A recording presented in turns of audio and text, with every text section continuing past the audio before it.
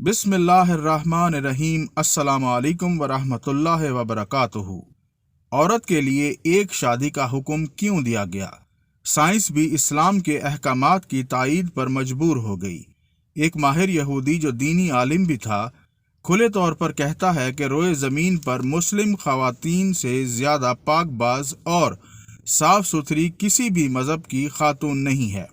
पूरा वाक़या यूं है कि एल्बर्ट आइंस्टाइन इंस्टीट्यूट से मुंसलिक एक माहिर जैनियन यहूदी पेशवा रॉबर्ट ने अपने कबूल इस्लाम का ऐलान किया, जिसका वाहिद सबब बना कुरान में मज़कूरा मुतालका की इद्दत के हुक्म से वाकफियत और इद्दत के लिए 3 महीने की तहदीद के पीछे कार फरमा हिकमत से शनासाई।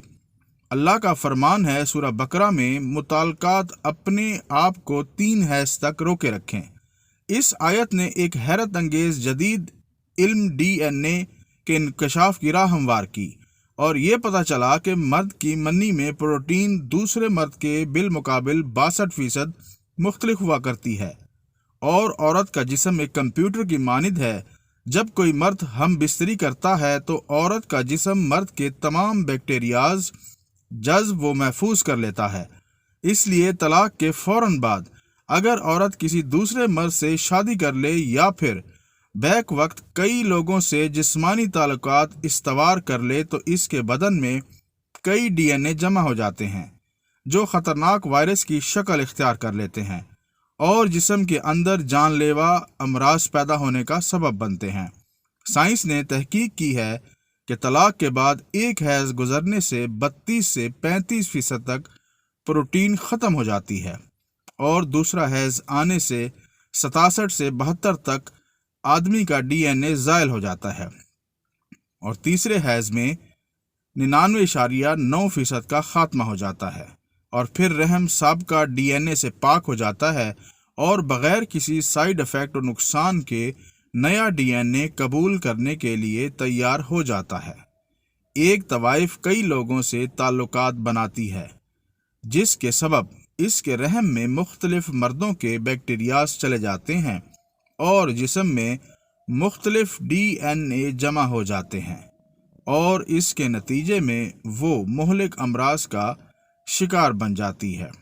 और रही बात मुतवफ़ी अनहा की इद्दत, तो इसकी इद्दत तलाक शुदा औरत से ज़्यादा है, क्योंकि गम व हज़न की बिना पर साबिका DNA जल्दी ख़त्म नहीं होता और इसे ख़त्म होने के लिए पहले से ज़्यादा वक्त दरकार है और इसकी रियायत करते हुए ऐसी औरतों के लिए 4 महीने और 10 दिन की इद्दत रखी गई है। फरमाने इलाही है सूरह बकरा में, जिसका तर्जुमा है, और तुम में से जिसकी वफ़ात हो जाए और अपनी बीवियां छोड़े तो चाहिए कि वो 4 महीने और 10 दिन अपने आप को रोके रखें। इस हकीकत से राह पाकर एक माहिर डॉक्टर ने अमेरिका के 2 मुख्तलिफ महलों में तहकीक की। एक महल्ला जहां अफ्रीकन निज़ाद मुस्लिम रहते हैं, वहां की तमाम औरतों के जीन्स में सिर्फ एक ही शौहर का DNA पाया गया, जबकि दूसरा महल्ला जहां असल अमेरिकन आज़ाद औरतें रहती हैं, इनके जीन्स में एक से ज़्यादा 2-3 लोगों तक के DNA पाए गए। जब डॉक्टर्स ने खुद अपनी बीवी का खून टेस्ट किया तो चौंका देने वाली हकीकत सामने आई कि इसकी बीवी में 3 अलग अलग लोगों के DNA पाए गए, जिसका मतलब ये था कि इसकी बीवी इसे धोखा दे रही है और ये कि इसके 3 बच्चों में से सिर्फ एक इसका अपना बच्चा है।